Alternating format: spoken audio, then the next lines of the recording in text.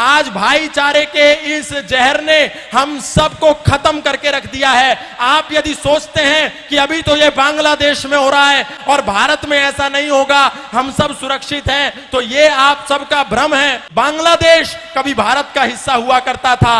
1971 में जब बांग्लादेश में भुखमरी हुई, जब बांग्लादेश भारत से अलग हुआ, वहां पर रोटी नहीं थी, मुसलमान वहां के दो दो रोटी के लिए मोहताज हो रहे थे। तो ढाका में जो इस्कॉन मंदिर था, वहां के पुजारियों ने, इस्कॉन के लोगों ने न्यूयॉर्क में अपने कार्यक्रम करके कई लाख मिलियन डॉलर रुपया इकट्ठा किया और वहां बांग्लादेश में लाकर के मुस्लिम जो वहां के वासी थे उनको खाना खिलाया। लेकिन जब विद्रोह हुआ तो सबसे पहले इस्कॉन मंदिर को टारगेट बनाया गया और जगन्नाथ की मूर्तियों में आग लगा दी गई, मंदिरों में आग लगा दी गई, सारे पुजारियों को, सारे इस्कॉन के लोगों को जला करके जिंदा राख कर दिया गया। बांग्लादेश में जितने भी वो दंगाई थे आए और देखा कि ये हिंदू है, इसीलिए उनकी दुकानों में, उनके घरों में, उनके आशियानों में आग लगा दी गई। और हमको ऐसा लगता है कि हमारे भाई हैं। गाय को काट करके रोटी के साथ खाने वाले और गाय को अपने घर में बनी पहली रोटी देने वाले कभी भी भाई नहीं हो सकते, कभी भाई नहीं हो सकते। इसलिए ये झूठी दोस्ती और झूठा भाईचारा छोड़िए। यदि ये झूठा भाईचारा हमने नहीं छोड़ा तो भाई हमको चारा बना करके खा जाएगा और हमको पता भी नहीं चलेगा। अरे हम ही तो कह रहे हैं सर्वे भवन्तु सुखिनः, सर्वे सन्तु निरामया, सर्वे भद्राणि पश्यन्तु मा कश्चित् दुःख भाग् भवेत्। हमारे मंदिरों से ही तो आवाज आती है, इंद्रम वर्धन्तु अप्तुरा कृण्वन्तो विश्वमार्यम अपाघ्नन्तो रावणा। लेकिन आपको ऐसा लगता है कि जैसे ये सनातन धर्म के मंच संपूर्ण विश्व के कल्याण की मांग करते हैं, शायद उनकी मस्जिदों से, शायद उनके मदरसों से भी इसी कल्याण की मांग की जाती होगी। क्योंकि आपको समझ में नहीं आता, जो दिन में 5 समय आवाज आती है, ला इलाहा इल्लल्लाह मुहम्मद रसूलुल्लाह अशहदु अल्ला इलाहा इल्लल्लाह हुवा अशहदु अन मुहम्मदन अब्दुहु व रसूलुहु। उसका मतलब क्या है? इसका मतलब है कि इस दुनिया में अल्लाह के सिवा कोई इबादत करने योग्य नहीं है और मोहम्मद के सिवा उसका कोई रसूल नहीं है। इसीलिए यदि हम अल्लाह के सिवा यदि किसी की पूजा करते हैं तो हम काफिर हैं, हम मुशरिक हैं, हम नापाक हैं और हम वाजिबुल कत्ल हैं। यदि कोई दिखे जो अल्लाह के सिवा किसी की इबादत करता हो तो उसका कत्ल कर दो, उसका प्रतिकार करो, उस पर पत्थर बरसाओ।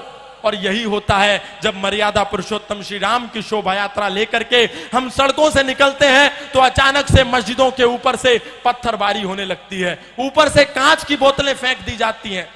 इसका तात्पर्य क्या है? हमको लगता है अचानक कैसे हुआ? अचानक नहीं हुआ, आपको तो दिन में 5 बार चेतावनी दी जा रही थी, आप ही नहीं सुन रहे थे। आपको लगता था कि जो हमारी गीता में लिखा है, कई तो ऐसे भी महाज्ञानी हैं जो कहते हैं जो गीता में लिखा है वही कुरान में लिखा है, वही बाइबल में लिखा है। और यही कहते कहते आज हमारे सनातनियों को 10 राज्यों में अल्पसंख्य कर दिया गया। हमारे दिल्ली से 100 किलोमीटर भी दूर नहीं है नूह और मेवात, वहां लोगों की दुकानों को नाम देख देख करके आग के सुपुर्द कर दिया गया, आग लगा दी गई पूरे मोहल्ले में।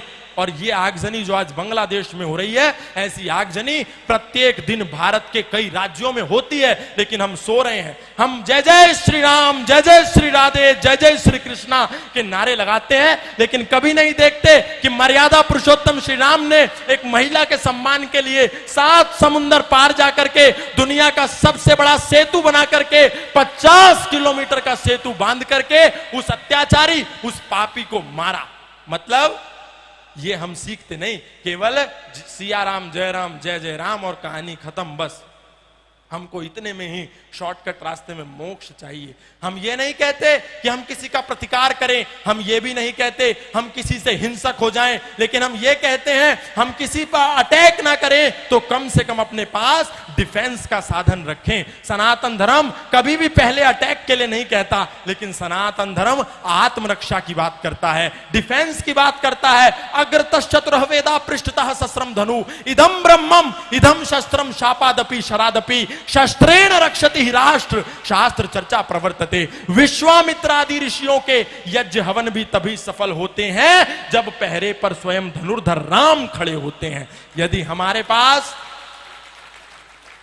शस्त्र और शास्त्र नहीं होगा तो हमारा कल्याण 10 सालों में हो जाएगा, ये आप मान करके चलिए। आज सनातनियों ने अपने शस्त्रों को भी कोने में फेंक दिया और शास्त्रों में भी दूर हो गए, बोले बस इनको तो लाल कपड़े में रखना नहीं।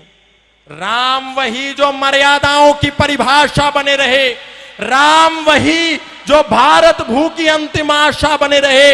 अरे जिसने राजमहल के वैभव को सन्यासी बना दिया, जिसने खुद को राजा से हंसकर वनवासी बना दिया, माना उसकी जन्मभूमि मुद्दे पर हर काम जरूरी है, मगर अयोध्या से पहले हर दिल में राम जरूरी है, मगर अयोध्या से पहले। इसलिए संकल्प लेकर के कहिए कि आज के बाद हम जातिवाद नहीं करेंगे।